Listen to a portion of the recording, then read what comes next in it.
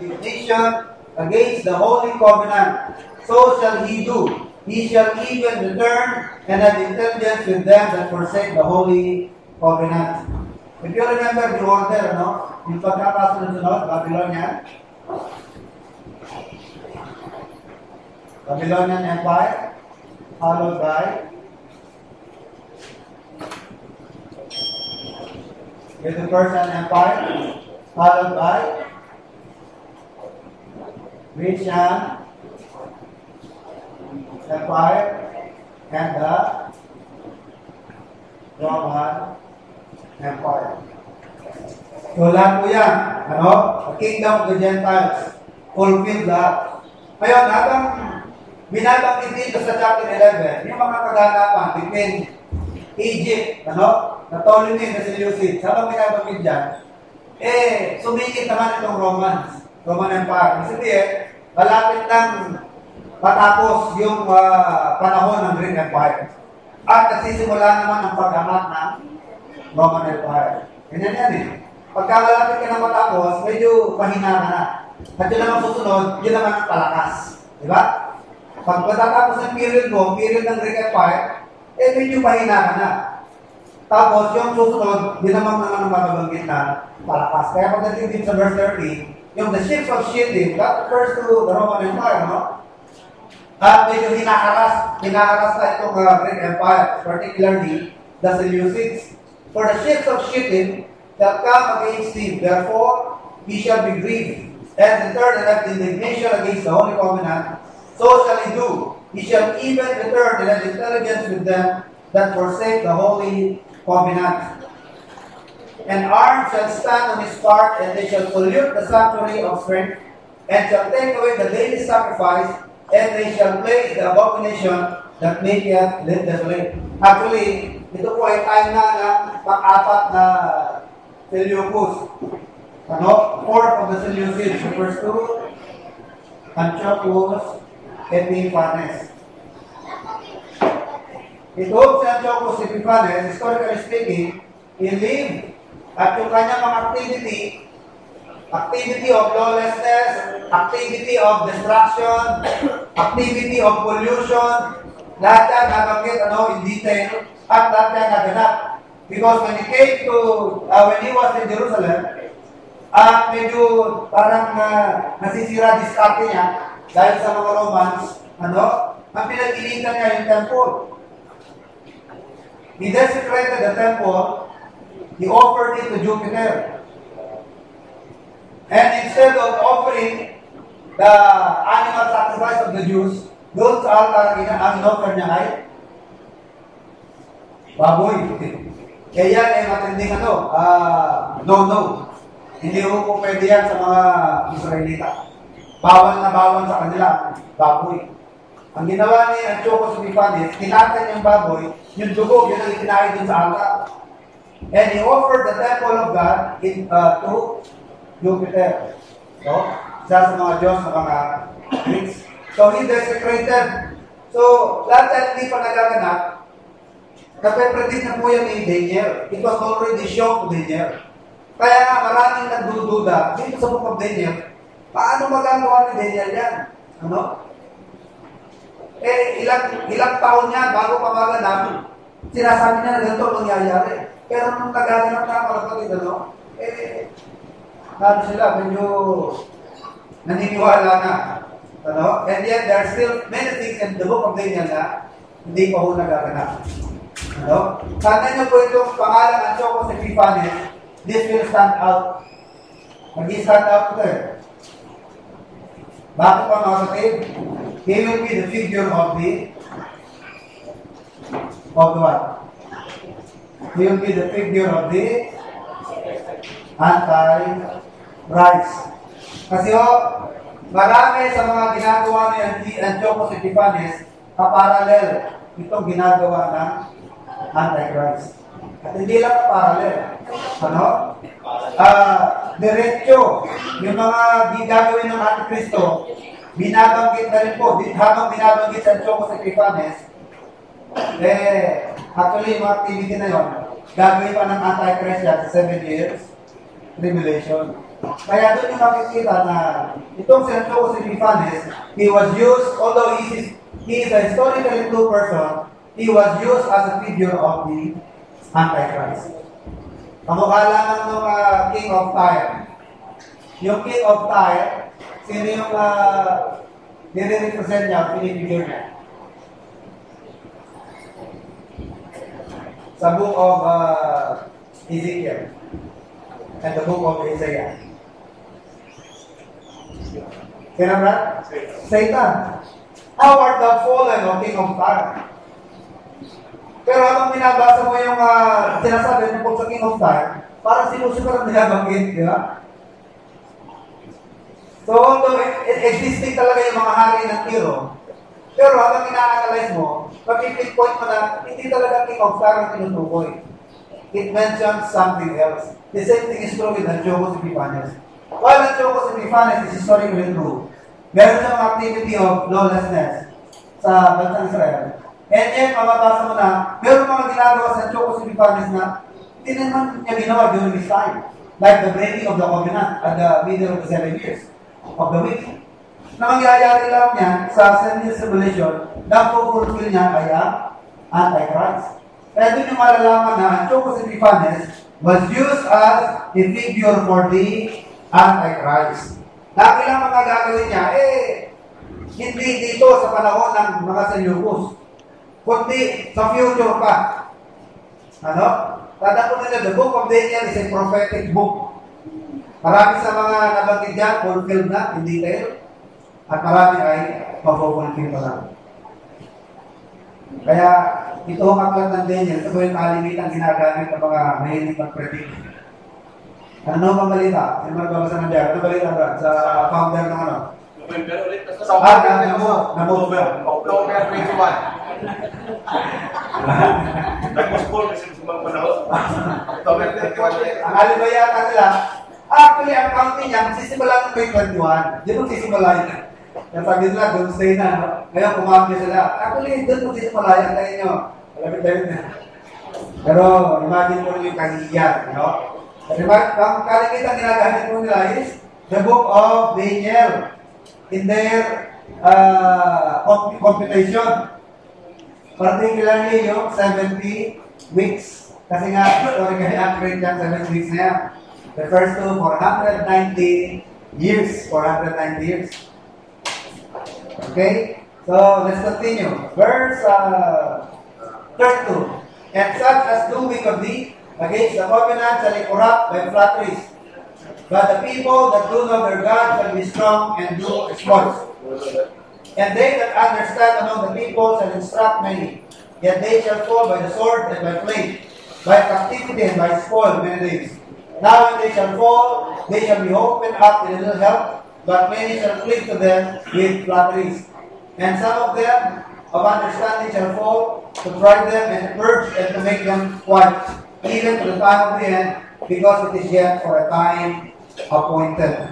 So, ito verses 1 up to 35.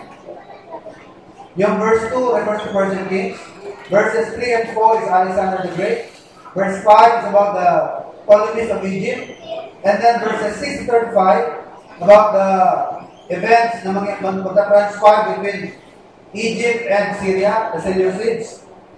And then we move on now to verses 36 to 45. Itong verses 36 to 45, this refers to end-time events and the man of sin. End-time events and the man of sin. Although, ang binabanggit pa rin dito sa Antiochus Epiphanes, pero he is now used here as a figure of the Antichrist, as we will see later. Verse 36, and the king shall do according to his will. So this is the willful king. And he shall exalt himself and magnify himself above every god, and shall speak marvelous things against the God of gods, and shall prosper till the indignation be accomplished, for that is determined shall be done. Sino na yan, mga kapatid? Hindi na sa Antiochus Epiphanes ang tinutukoy. Ang tinutukoy na yan is the man of sin, the Antichrist. So, nagja-jump, si Daniel, nagja-jump. Napoporsin na yung gagawin ng Antiochus Epiphanes during the Greek Empire. At the same time, Inire-reveal na rin sa kanya yung Antichrist na lilitaw pagdating ng 7 years tribulation. So, between verses 35 and 36, there is an undetermined period of time. So, habang binabanggit ni Daniel, yung mga activity nitong si Antiochus Epiphanes, nag-end yan sa verse 35. Ngayon, pagdating ng verse 36, iba na tinutukoy niya. Dito sa Antiochus Epiphanes, dito naman, he is referring to the Antichrist. So, between verses 35 and 36, ilan niya? So, this is about 2,000 years plus. Tama? Yung gap between verse 35 and 36. Nakakuha nyo na rin na kasi ano ito eh, BC time pa ito eh. Wala pa si Christ eh, before Christ pa ito. Nasa 400 silent years pa ito. Lilitaw pa si Christ. At magkakaroon pa ng church age dito. Lumitaw na nga, nandito na tayo. Pero yung pinatagis sa verse 36, up to now, hindi pa nagaganap. Magyayari pa lang sa pagdating ng tribulation time. So there is here between verses 35 and 36 an undetermined period na umabot na ngayon ng more than 2,000 years. So lagay na lang natin dito, undetermined period. Kahit tayo, hindi natin alam. Na yung mga predictors, yan ang pilit nilang hinahanap. Yan ang pilit nilang hinahanukay. Kaya nagpe-predict na nga sila eh. Darating na sa Mayo 21, 2011. Sigurado na yan. Kaya nagsisimulan na ho sila predict. Pero according to the Bible, that is unpredicted, undetermined. Lahat mo nakakalam niya. Okay? So verse 36, I will repeat, and the king shall do according to his will, and he shall exalt himself and magnify himself above every god, and shall speak marvelous things against the God of gods, and shall prosper till the indignation be accomplished. For that is determined shall be done. So, ano po ang binabanggit dito mga kapatid? That the Antichrist shall what? He shall prosper. He will be invincible. Ito po magkakaroon ng quarrel between Europe and correct me if I'm wrong, makakaaway na din po ang Europe at makakaaway din po niya ang China, the king of the East. Makakaaway na yan. Pero hindi rin po siya matitinag dahil nakatakda siya na mag-rule during the 7 years tribulation time. Pero pag natapos ng lahat yan, mga kapatid, ang tanging puputol sa sungay niya ay ang Panginoong Kristo sa kanyang second coming. Doon ho magtatapos ang kanyang pamamayagpag bilang leader sa buong mundo. Okay? Verse 37. Neither shall he regard the God of his fathers, nor the desire of women, nor regard any God, for he shall magnify himself above all. But in his estate shall he honor the God of forces, and the God whom his fathers knew not shall he honor with gold and silver, and with precious stones and pleasant things. Thus shall he do in the most strongholds, with a strange God whom he shall acknowledge, and increase with glory. And he shall cause them to rule over many, and shall divide the land for gain. And at the time of the end shall the king of the south push at him, and the king of the north shall come against him, like a whirlwind with chariots, and with horsemen, and with many ships. And he shall enter into the countries, and shall overthrow and pass over.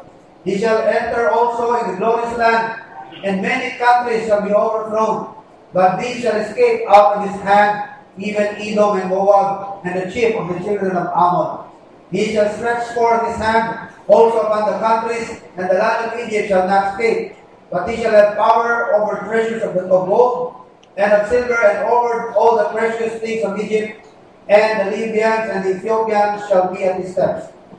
But tidings out of the east and out of the north shall trouble him. Therefore he shall go forth with great fury to destroy, and utterly to make away many. And he shall plant the tabernacles of his palace, between the seas and the glorious holy mountain, yet he shall come to his end, and none shall help him. So he will be troubled about the news of the coming, the marching of the Chinese. Natawa? So habang nagko-conquer siya, babalitaan niya na darating ang mga China. Okay? Pero mananaig pa rin po siya. Ang tanging mapapakalig lamang sa kanya ay ang Panginoong Kristo sa kanyang ikalawang papabalik. So ito po ang Antichrist. As I said, he will be a human being. Marami akong nagsasabi, buhay na ito eh. Ano na to, no? Kasi nga, we are now in the last place. Remember, ang tawag sa kanya is Antichrist. Meaning, he will be against Christ, pero gagayahin niya lahat ng tungkol sa Panginoon Kristo. He will desire what? He will desire worship. If the Lord appeared at the age of 30, he will come up, or he will come out at the age of 30 years old. When the Lord started his public ministry, 30 years old ang Panginoon. Kaya nilitaw itong Antichrist, edad na 30 anyos. He will be a man of great intelligence. Kasi, anong mangyayari kapatid? He will be able to rule the world. At sa napakahirap na circumstansya. Kasi, ang beginning ng 7 years tribulation, magko-commence ito, itong 7 years tribulation, after rapture, correct? Pag dumating yung rapture, dumating ang Panginoon sa second coming niya. Diba sa second coming, meron 2 phases? Phase 1 is what? Phase 1 is rapture of the second coming. Phase 2 is revelation. Sa rapture, hindi siya hapak sa lupa, hapak lamang siya sa ulap. After 7 years, magaganap naman ng phase 2, revelation ang tawag doon. Hindi lang siya sa ulap, bababa din mismo siya sa lupa. To establish the millennial kingdom. So, pag nag-rapture kapatid, papasok ang 7 years dito. Ano? So, mag-start ang rule ng Antichrist pagsimula ng 7 years. Pero ang beginning niya, katatapos lang ng rapture. At alam niyo ba po ang kalagayan ng mundo after rapture? Diba? There is total chaos. Bagsak ang ekonomiya. Bakit? Ang daming working force ang nawala. Kasi mga Christians, mga capture. Ang daming accidenting mangyayari kasi mga driver, Christians. Yung mga nagpipiloto, Kristiyano, mawawala yan, babagsakan rin naman. Yung nagmaman sa barko, o nagmaman sa train, Kristiyano yun, mawawala ng kontrol ng train. Yung nag-drive sa bus, kung Kristiyano yun, pag nag-rapture, mawawala yun. Bubumbu yung bus. And that will happen all over the world. And what could be the explanation? Sino magpapacify sa tao? At ang balita all over the world, nawawala sa ako, nawawala anak ko, nawawala mga kapitbahay ko, isang buong simbahan nawala, pastor lang na iwan. At malaking issue yun. Malaking balita yun sa buong mundo. And that will happen all over the world. And who can control that situation? Ganon katindi ang Antichrist. He will be able to control that. Ano? Sabihin niya, para di tayo magkawatak-matak, we need to unite. And to be able to do that, we need not only a national ID system, but an international ID system. A universal ID system. So ano yan? Lahat tayo magkakaroon ng code sa kanyang katawan. That will be implanted. So, for better control, para makontrol tayo ng maayos, at saka may iwasan ng nakawan, ng looting, wala nang gagamit ng pera. Puro tayo IDs or number. Pag wala ka yan, hindi ka pwede mag-negosyo, hindi ka pwede mag-purchase, hindi ka pwede magbenta, wala kang magiging privileges. So, nakakontrol ng lahat. So, ganun ka-powerful ang And he is mentioned here in the book of 2 Thessalonians. Asahin mo natin yung 2 Thessalonians, ano? Sabagin din dyan yung Antichrist. Ito po'y tao, hindi ho sa Satanas. Tao ito na possessed ni Satan. 2 Thessalonians 2, 3 and 4. Let no man deceive you by any means, for that day shall not come, except there shall come a falling away first, and that man of sin be revealed, the son of perdition. Ano po yun natukoy na that day shall not come? Let no man deceive you by any means, for that day shall not come. Ano yung that day? Millennial reign of Christ. Yung millennium hindi darating, pag hindi magkakaroon muna ng falling away first. That is the 7 years tribulation. And that man of sin be revealed, the son of perdition, who opposes and exalteth himself above all that is called God, or that is worshipped, so that he as God sitteth in the temple of God, showing himself that he is God. Luluklok siya sa templo at ipapakilala niya na siya ang Diyos. Di ba yun ang matagal ng pangarap ng Lucifer? I will be like the Most High God. Di ba sabi ni Satan? I will be like the Most High God. So he will sit at the throne. He will sit at the temple, no? And he will call himself a God. And require people to worship him as God. He was also mentioned in Revelation 13. Buksan po natin ang Revelation 13.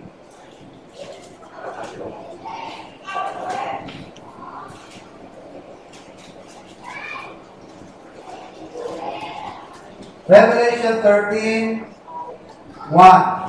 Ano sabi niya? And I saw another mighty angel come down from the heaven clothed in a cloud, and a rainbow was upon his head.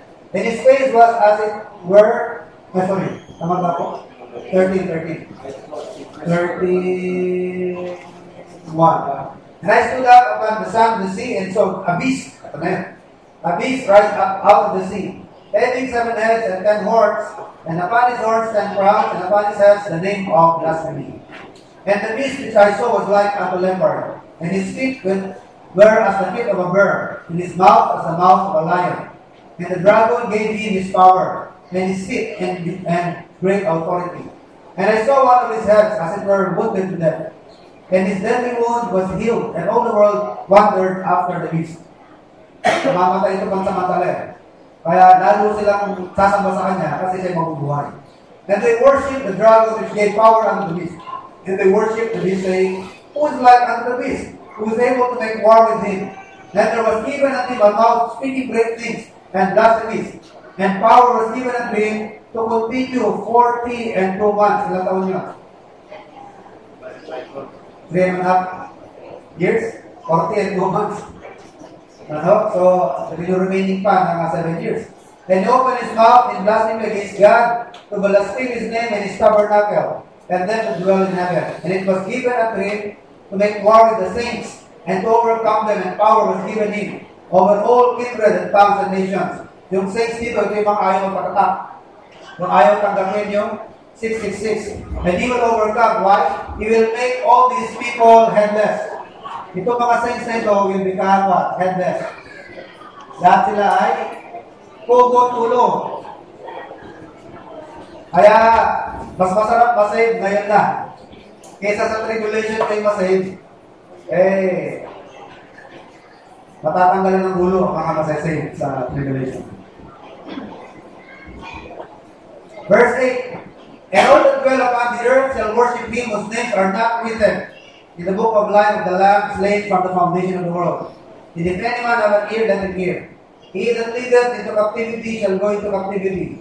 He that killeth with the sword must be killed with the sword. Yes, the patience of the faith of the saints. So that refers to the Antichrist. Okay? So, na-mention din mo siya dito sa Revelation 20:10. He was also mentioned in 2 Thessalonians 2, verses 3 to 10. So, yan po yung mga verses, passages about the Antichrist. So, wala pong makakapigil sa kanya. Kaya sabi ng mga tao, will be able to make war with him. Sino pipigil sa kanya? Sino makakaawat? Sino makakatalo? Because he will be invincible. He beat the Chinese, no? Will not overcome him. Okay? The only one that can overthrow this Antichrist and his reign our Lord Jesus. Tandaan nyo, sa rapture, lahat ng mga saints kukunin. Kaya ang belief natin dito sa church, hindi po rapture of the church. Ang belief natin ay rapture of the saints. Dahil maraming saints, wala naman sa church ng Panginoon. Wala silang church membership. Kahit yung mga Old Testament people, walang church yun. But they are saints. So mararapture din yung kasama natin. Mararapture sila. So lahat ng mararapture, pupunta sa langit to face the Bema judgment. Habang sa lupa, magta-transpire ang 7 years tribulation. At the end of the 7 years, muling bababa ang Panginoon kasama lahat ng narapture. Ibig sabihin, kung mararapture ka, 7 years muna tayo sa langit. And after 7 years, bababa tayo kasama ng Panginoon to make war with the Antichrist doon sa Battle of Armageddon. And after the war, we will be reigning with our Lord Jesus Christ for how many years? 1,000 years. Mababasa niya sa Revelation chapter 20, no? We will reign with Christ for 1,000 years. Tanangin ko kayo mga kapatid, matagal ko yung 1,000 years? Ewan ko lang kung nagsisingkin sa isip niya. Mag-i-stay pa ho tayo rito. Pag naraptero tayo ng 7 years, sa langit tayo 7 years, babalik ulit tayo at mag-i-stay pa ng another 1,000 years. But at that time, mga kapatid, ang ating kalagayan, kung Kristiyano ka ngayon, pagdating doon, hindi din kagaya ngayon. Na taglay mo yung katawan ng maraming sakit, naghihina, hindi no. Ang katawan ko dyan ay glorified body. And we will reign kasama ng Panginoon. So sa ngayon, hindi pa nakakaya kung ano tayo, simpleng tao lang, nag-uabuso ng mga kung sino-sinong tao, pero sa millennium, hindi na ganun yung status natin. Tayo na po yung magpapaandar ng mundong ito. Because according to the Bible, we will reign with Christ for 1,000 years. And that will be a very long time. Matagal mo yan. At ang ating ilurul, mga tao dito sa mundo, mga tao dito sa lupa. The survivors of the 7 years tribulation. Mga ilan ng kapatid, kalahati ng original population bago dumating ang tribulation.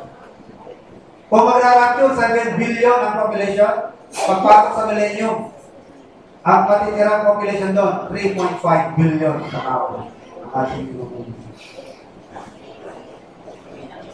Tayo po mamunod doon. You know? So, these are the things that we are waiting, ano? At pag-aganap yan. At kagaya na sinabi ng angel kay Daniel, seal the book. The prophecy is true. Totoo yun. Mangyayari yan. So, yun ang ating pag-asa. Yun ang ating inaasang-asang. Sa present world, imposible yung pangarap ng tao ng araw. Matagal na nila pangarap. Ano ba yung pangarap ng tao noon? They are aiming, they're dreaming for a perfect society. Ano tawag dyan sa perfect society? Ano yung term dyan sa perfect society?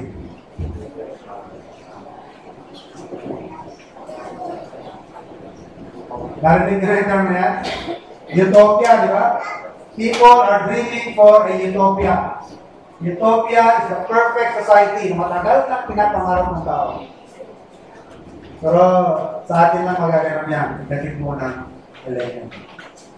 At ang maganda, meron ka nagtanong eh. Pastor, sabi niya, sa millennium ba, yung high technology ngayon, existing pa rin? Eh, isipin muna natin bago mag-millennium, ano mangyayari? Di ba magkakaroon ng earthquake? Earthquake na walang katulad, hindi pa nangyari sa mundo. Ang pinakamalakas na earthquake yata ng register is 8. 8 na ba? 8 yata, kasi 8 is itong last.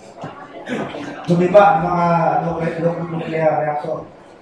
Pero yung magaganap sa tribulation, hindi pa kailanman nangyari sa lupa. So kahit anong safety factor ang nilalagay ng tao, lahat yan, matitibag.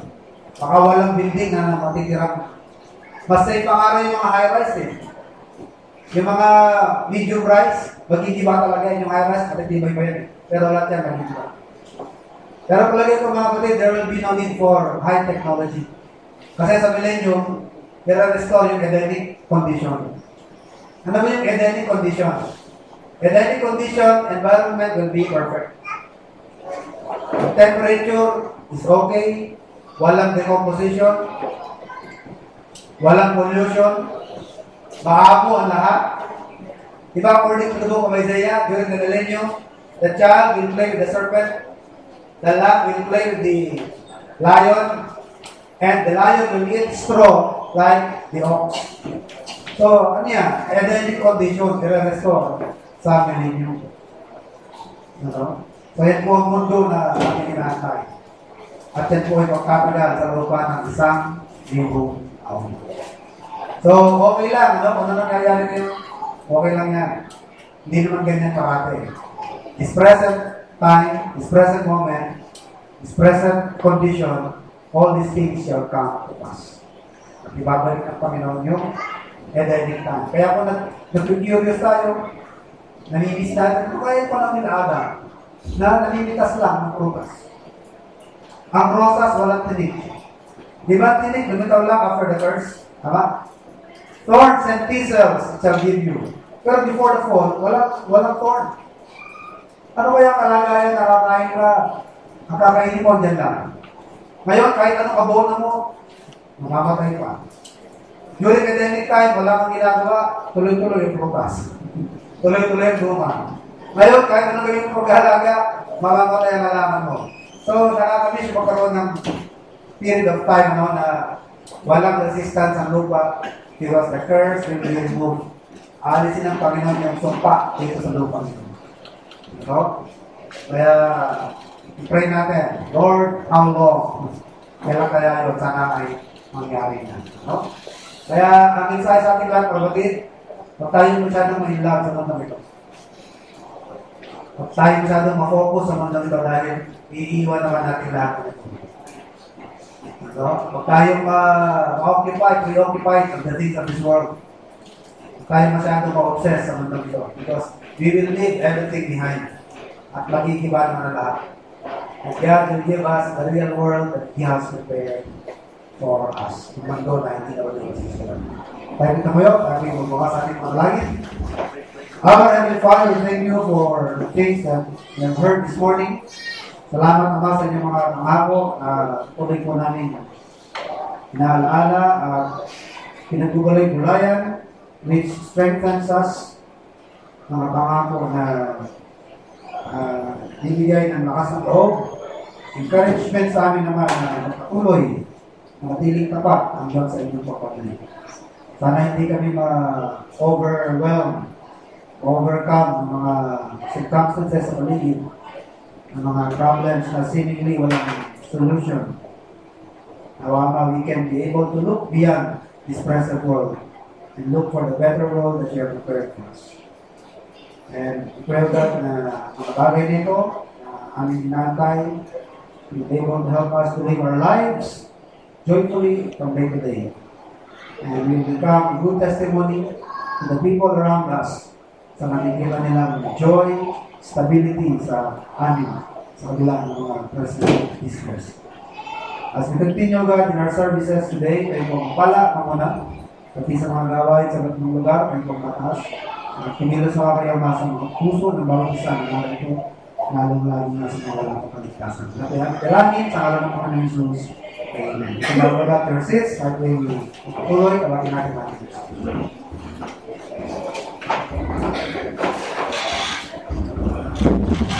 Magandang umaga po sa bawat isa. Napakaganda po ang ating Sunday School.